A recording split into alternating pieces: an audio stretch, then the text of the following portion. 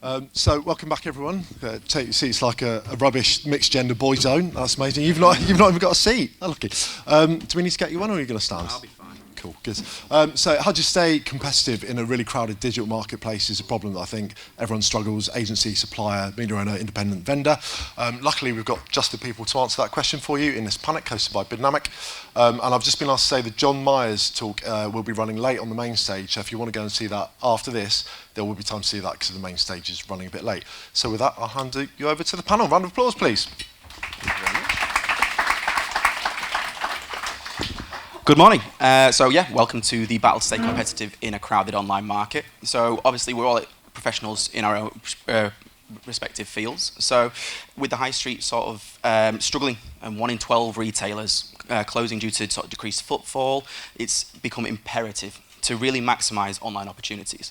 So we have with us today experts from all aspects of the online journey. We have Richard Treadaway from Multifeeds. We have Mel Hyde from Edit. We have Francesca Oldfield from Nailers, and we have Liam from Bidnamic. If you'd like to introduce yourselves, Liam first. Sure. So I've come from a background where I've been building e-commerce businesses pretty much all my life, from starting out selling a few bits and pieces on eBay, building an eBay business, to raising funding from top investors, having on the board of my own e-commerce businesses, the directors of ASOS, directors of Orange, advertising networks. So I've scaled up 2 e-commerce businesses, and now I'm running Bidnamic, which has come from our journey, and it's a Google shopping technology, a bid management and campaign structure product. So yeah, that's my story. I'm Francesca. I work for Nailers, so we've got 3 retail stores that sell country, pet and equestrian clothing, equipment, anything like that. We also have an industry-leading website, and that is where the majority of our traffic comes from. We are constantly facing the battle of how do we stay competitive, how do we win customers over our competitors, and we've started working with Bidnamic a few months ago to now obviously tackle the Google shopping aspect. Cool. So I'm Mel Hyde, I work for Edit. I look after the paid media team at Edit, which comprises of paid social, mainly PPC, touching on programmatic a little bit. So the challenges that we face as an agency is staying competitive in this noisy marketplace, but utilising technology that gives our advertisers the edge. So hopefully we'll talk through some of the tactics that we use as an agency today. Hi, I'm Richard, Director of Multifeeds, a cloud-based solution which enables retailers to produce highly optimized feeds for the guys like Bidnamic to get some of the results that they do. Not just on Google, across multiple different channels. So you've been in the industry for too long now. So. So obviously you're coming from all aspects of the customer journey. What have been key growth areas in your sort of respective areas through that path? Francesca. Yeah, so for us, probably the key growth area has been around Google Shopping and SEO. So it's about making sure that obviously your product data is up to scratch, you're providing everything that Google needs, and you're optimising that at every chance that you get to make sure that you are providing the right information that then can result in better search results and obviously improve conversion. Cool. Mel, so obviously you're coming from a paid sort of position, there'll be multiple different channels that they can use. Is there any particular areas that have been developing to a point that you can maximise everything you can get through? Yeah, definitely. I mean, if there's any growth areas in terms of a channel perspective, that's quite a hard one to kind of answer because all the clients that come to us work in paid, so everything is a growth area for us. I think where we have seen a difference in terms of the patterns of behaviour, which I'd say is a growth area, is probably the use of AI, the use of technology, and using data to kind of fuel the decisions that we make as marketeers has become increasingly more important. And those advertisers who I would say don't have their data down pat, that's where we're kind of noticing a bit of a shift in terms of language, in terms of behaviour. So for us as an agency, that's what we need to try and spearhead in terms of that data integration and that across channel, basically. Yeah, Richard? Yeah, I think just sort of piggybacking on what Francesca said, it's kind of getting the data right. And it's not just for Google Shopping, it's for your social campaigns as well. People become, or retailers become quite lackadaisical in regards to sort of data feeds. So it's having the relevant keywords, not what's specifically written on your site might not be relevant to what someone's going to search for. So having those kind of in that feed, or manipulating your images for your social campaign. It's a very broad question, but I think it's kind of eye to detail across all your products, across all your channels. It's not just being quite flippant and just running one feed and then expecting everyone to find you. Liam, obviously, like, you're focused on Google Shopping. So, what's been your experience in developing the beyond what everyone else is doing? So, how have you progressed through that opportunity? Yeah, so with our own e-commerce business, we kind of use all the channels from marketplaces, and we kept finding that there was a lot of value in our customers, and that was really what was driving the valuation and the value of the company was our customer list. So I think the other huge growth area, which isn't so much talked about, is Amazon. So there's really big businesses that are really growing for Amazon, getting huge volumes through search, through sales, through Amazon. But I think the big difference is that they just don't own the customer. You can't get that repeat business. So you're getting the transactions, but you're not getting the repeat business. And that's why, as a business, we focused as a retailer onto Google Shopping, and then built the technology from there. And from a sort of broader perspective, in terms of advertising, we've seen increasingly wider use of stripped back advertising. So rather than having convoluted advertisements on TV or on digital, just knowing what they're doing. So a good one is Oasis, obviously saying, we know you don't want to see adverts from us, and if you keep buying it, we'll stop advertising. Stuff like that. What's been sort of the impact that's had on your own sort of personal ideas in terms of reaching the market that you want to gain? Mel? So I think in terms of stripped back advertising, the way that we've kind of noticed it as an agency is that people are becoming a lot more leaner in terms of kind of like what their marketing spend gets them in terms of revenue. Mm-hmm. So the challenge for us is kind of being a little bit cleverer with the way that we run our campaigns. So an example of this is that we work with View Cinemas, quite a big advertiser, quite a healthy amount of spend going through our paid media, which we support on PPC and a little bit of programmatic at the moment. But their CPA targets are ever so slowly going down and down and down, and what they want for their marketing spend is becoming a bit more of a challenge. So the way that we respond to that as an agency is using audience data as much as humanly possible to infiltrate our kind of paid campaigns, and using sort of attribution and technology and automation to try and scale that in real time and to give that like kind of campaign efficiency. So in terms of kind of scaling back, for us it's not necessarily scaling back the marketing spend, but it's scaling back in terms of kind of the reach and honing in on the audience. And understanding obviously who you're targeting for gaining more of that visibility. Yeah, exactly. Yeah. Richard, so coming from obviously the back end with the multi-feeds, so how has that impacted where you're structuring the feeds currently?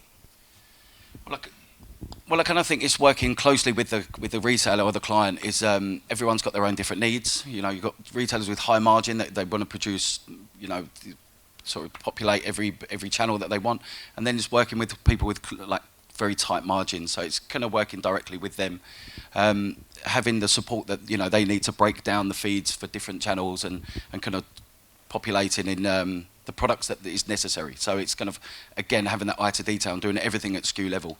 Mm-hmm. So you're not just doing broad push out campaigns. It's kind of, right, which products are going to sell, which ones aren't, which ones are high margin, mm-hmm. and then just focusing on those really. Yeah. And in terms of the social aspect, obviously having that eye to detail and really understanding your particular market and your customer base, we're seeing, again, increasingly large numbers of large businesses getting rid of their social, in terms of, like, look at Lush, completely cancelling their social footprint.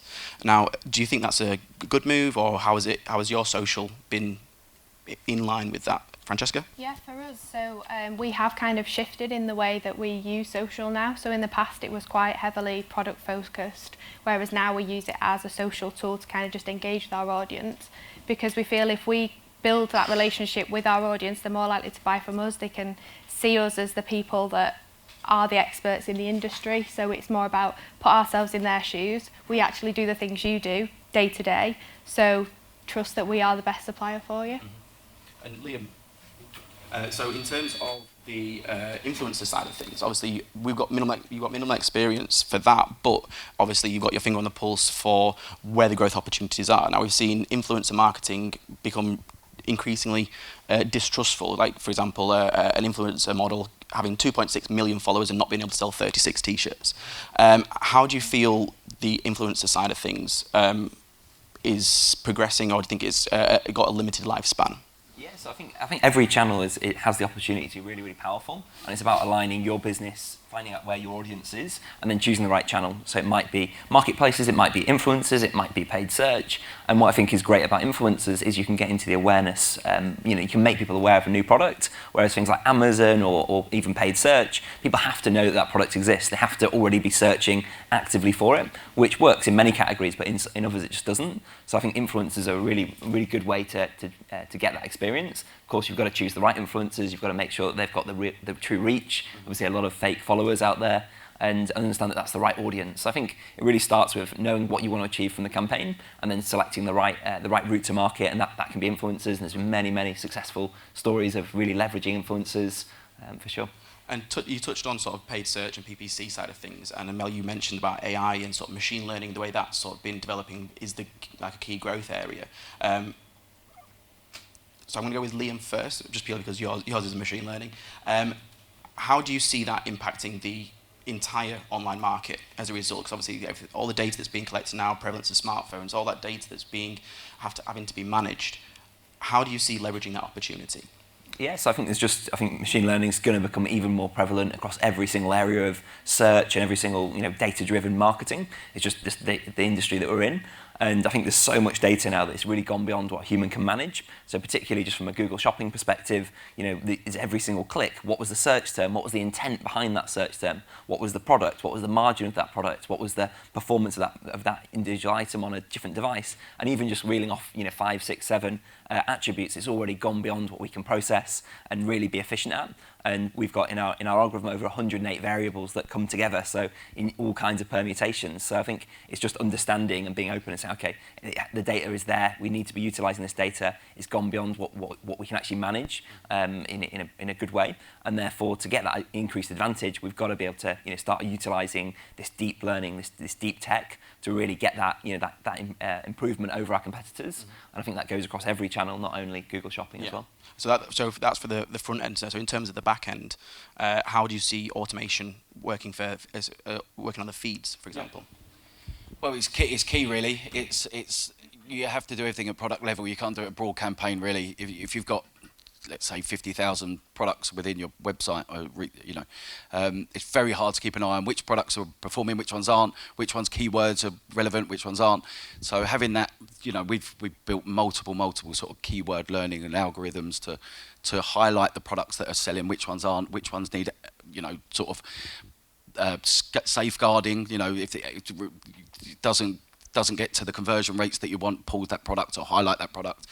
It might be your shipping's out. It could be, so having these sort of safeguards around everything, and having machine learning, it sort of takes all the heavy lifting away from human error, and then you can focus on performance and actually doing what the task ahead is, instead of spending half your day sort of looking at which products aren't on Facebook, which ones aren't performing on Google and Amazon and whatever. It kind of removes all that sort of heavy lifting, so it's very key. So I would say as well that, yes, I totally agree with you, but there has to be a human element and a human touch into sort of that automation, because otherwise you could just be letting a system kind of run away with itself without any context or kind of creativity there. So, I mean, we've noticed that, gone are the days where advertisers expect us to run best-in-class PPC campaigns or paid social campaigns, whatever it is. We have to start using sort of AI to our betterment. So what Liam was saying about kind of using all these tools available, so a basic example of this is that we, as standard, kind of implement rules and we implement scripts across pretty much all of our clients, and that's a basic sort of automation. You can go really far deep down the rabbit hole if you wanted to, depending on the level of advancement that you have within your data to understand it and to manipulate it properly. But I definitely think this is probably one of the biggest growth areas in our industry for digital. Definitely. So it's like an increased efficiency, but still retaining that control for the human element. Yeah, and I think where humans will be, we used to be the data experts, that will be taken over by machines, and it is already. And what our jobs are there to do is to have the human touch, and it's the creativity side of things, I think. Yeah. And Francesca, what's sort of your experience been with, obviously you've started with Bidnamic. How's it been going so far in terms of the way that it's impacted Google Shopping, or has it been able to influence other sides of the business as well? Yeah, so obviously with AI it is a bit of a dark art. So you kind of, as a marketer, you understand kind of what the idea of it is, but to try and get buy-in from above, that can be difficult if people don't understand exactly how it works and trying to convince somebody that they should invest in a solution like that to assist with obviously growth can be difficult. But what I would say is persevere and take the chance and push yourselves in that position and say, look, there is potential for us there. It's impossible for a human to manage the volume that we're expecting them to manage. As an example, we've got 70,000 SKUs, so it's far too much for a human to do. In the first weekend of Bidnamic working on our Google stuff, they made 56,000 keyword changes. So our agency could never have done that for us. But my concern when we moved was, but what about that human touch? We've always had that interaction saying, right, but this is our industry. We know it better than a machine is ever going to know it because we know the in-depth data about our customer, the equipment, that kind of thing. And it was a case of, but the system, trust the system, it will learn, and we are seeing that already now. Yeah, Liam, do you want to have anything to add to that? Yeah, I think it's exactly that point really, which is which you made there, Mel, which is that combination of the expert, the machine is going to do all the number crunching, and it's going to spit out the right numbers and the right keywords and all the complexity that goes behind that. But really, it's about the strategy that a retailer knows. Well, we need to shift this stock. We've got this stuff arriving at the warehouse in 2 weeks. We're overstocked on it. This stuff's going to go out of date in a few days. Or strategically, we need to get a better buying price. We need to get these things in, and that's the strategy, which it frees the team up to be able to work on that next level of strategy and implementation, rather than getting bogged down into the keyword changes, the audience targeting, and all the other kind of day to day. So I think it really is that combination of strategy and tech. Would you say it's sort of the logic approach in terms of the automation that is the difficult part, and to trust, obviously, because it's following certain set paths, and obviously in your own industries you know exactly what's going on, but could you say you have particular blinders on because you know seasonality, you know particular products that do well, and is it the trust in sort of someone's developed the correct tool, and what if goes wrong? It's always the what if, isn't it? Mel? Yes. I was Fair listening enough. to you, promise. Yeah, I think it's a what if. So I was just thinking of an example, and I was kind of going away in my head a little bit, but we took on a travel client, I'm not going to say who, from a fairly big agency who leveraged tech to the nines. When we took on that account, they had like 30 different AdWords accounts with, 10,000 campaigns per account. It was an unholy mess, and their budgets were being spread super, super thin across all of those 50,000 accounts. And the reason why it happened like that, or they built it like that, was that they had some tech which was there to say, okay, these are all your kind of your destinations and your resorts, so we're going to build a separate campaign out for all of them and just spread the budget pretty equally, and then kind of machine learn against which one has the most profit over time. But what was happening, that the budget was spread so thin that there wasn't enough data in each individual campaign to actually make a robust learning and to actually make a proper decision. So this is where the human touch that you were saying. That's exactly what I mean. Yeah. So when we took on the account, we kind of scaled back immediately, got it all into one account, and actually made more profit for the company than they did kind of having all of these different destinations live. And it's about having that context in terms of the industry, and it's about having the knowledge and the capabilities to make those decisions, not on a sort of a data level, but on kind of a context level, which was what I was saying earlier. Yeah, well, it's great to hear about a success story from that. So, I mean, in terms of, I'm going to be really mean to you now, Richard, have you had a particular difficult problem where it's been maybe not a failure, but something's not gone the way you wanted to, and how you've overcome it?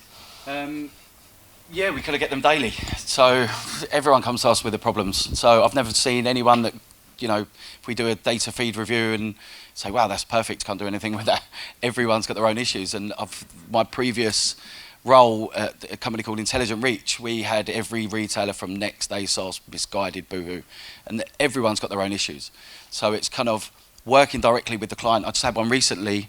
They couldn't get their head around that they had commas in their image links. They're like, Google won't accept them. And you're like, well, okay, Google won't accept them. And they couldn't get their head around that Google wouldn't accept them with this. Google, they must accept them. Well, they won't. They don't care about you. So it's kind of working with the client, finding out their pain points, and then removing, we hard-coded it into their site. So when we take their images, we now remove all the commas. So it's a success story, if you like, with everyone. It's, we really do support the client up to 6 months. You know, we're working as a part of their team to make everything that they, you know, everyone's got their goals, and you just kind of work directly with them and being sort of upfront and saying, look, these are your issues. We need to focus on these first. Then we look at different channels. Then we look at, so just having that. So it's everyone's a success story, if you like. Everyone's a bit of a pain, but it's the industry, you know. It's what it is. Mm-hmm. And Francesca, Naylor's been going since, what, 1965? So obviously you must have had a journey to get to where you are now. So what would be a key takeaway for staying dynamic to the market that you're in? I think it's about making sure you get to events like these, keep yourself in the know with what's going on in the industry, be at the forefront, be ahead of your competitors, and where you're not ahead of your competitors, at least be doing what they are, and be on that journey to the next steps to stay ahead. Mm-hmm. So yeah, I think that's it. And Liam, key takeaways from you? Yeah, I think it's probably what we don't always like to admit as search professionals, which is particularly within Google Shopping, that there's really 3 components to success. And one is the campaign, the other is the quality of the website, you know, how fast is it, how well optimized, what's the UI, what's the conversion rate of the platform of the site, which has a huge impact on the campaigns that you're running. And then thirdly, the stock, you know, is it in stock, is it well priced, is the inventory available? And we've certainly seen where, you know, there's been challenges on campaigns because the stock's really thin. You know, a lot of sizes have gone out, a lot of colours have gone out. We've seen where their site's gone very slow as well. So I think it's kind of stepping back and understanding that there is this combination to success, particularly within the channel of Google Shopping, where you've got to have the quality of inventory, you've got to have the quality platform, and then you can do the campaigns. You can't just take one part of that and say, well, if we just do the campaigns brilliantly, and we can just ignore the other areas. So I think that's definitely been a big takeaway for us. And Mel, key takeaway for someone who wants to stay competitive? Yeah, so I think the first thing to do, so for me, there's probably 3 steps. It's getting your house in order to start with. So when I say house, I mean kind of campaign structure. Mm-hmm. You can't build anything, you can't understand the data, you can't understand the results unless you've got a properly structured account. Yeah. Understand where your data is coming from. Is it robust enough? Is it in real time enough? Is it up to date? Have you deduped anything? And then the third thing is test and learn. So start small. You don't need to go for all singing, all dancing. You can just kind of set up some rules and some scripts to start with. But start doing that sort of stuff because you're only going to learn from some mistakes, basically. Yeah. And Richard? Yeah, just again, what Mel was saying is what we say to people is that's right, get your house in order. So if you're doing a Google campaign, right, so what we're going to do, we're going to scale that back, we're going to make it work, and then start tiptoeing into different channels. You don't put all your eggs in one basket. Google campaigns are amazing, Amazon's amazing, but there are other channels out there. So let's look at working together and figure out which ones are best for you.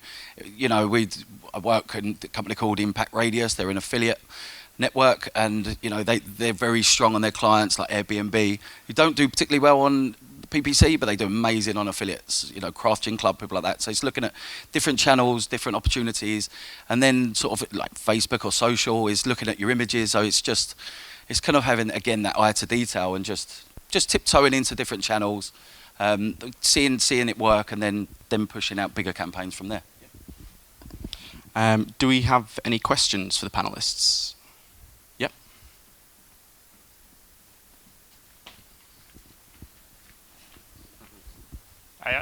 This is probably for Francesca. So we've talked about the growth of Google Shopping and the increase of competitiveness in that area.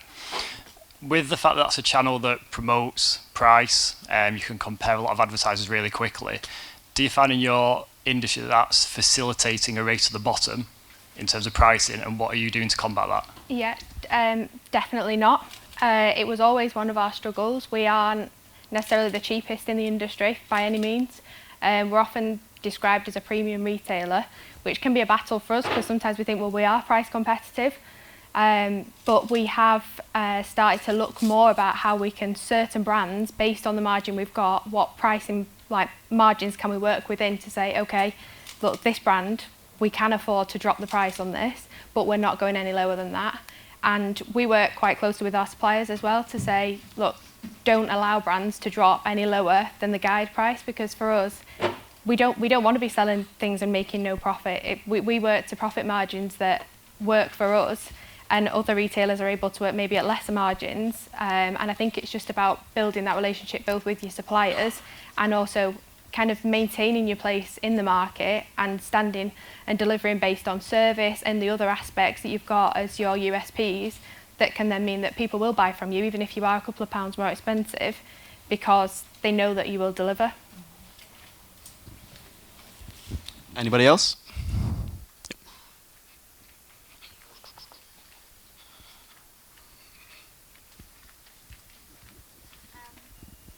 I think this is a question for Mel. You guys briefly touched on the travel market, and we're working with a UK holiday provider, and the industry is extremely competitive. Cost per clicks are going up, so are CPAs. So I just wondered if you had any insights into that industry. Yeah, so again, it's kind of like understanding your data properly. So like we had with this travel retailer that I just described, they kind of had that similar sort of problem. So their CPAs were kind of creeping up. So generics, I think, in search are becoming a lot more expensive. You know, for those broad terms, like you're probably going to be in a position where you're not going to really want to bid for them because the CPAs are going to be so high and the volume of conversion quite low. So one of the things that I would suggest that you do in order to keep the awareness high and to kind of maintain the top of the funnel is to maybe overlay those generics with some audience lists, like similar audiences for search would be a really basic example, or lookalikes on Facebook, for example, and try and kind of hone in sort of those broad generics while kind of focusing the core of the budget on, I would say, kind of the lower funnel generics and possibly brand where you get the volume. Anybody else?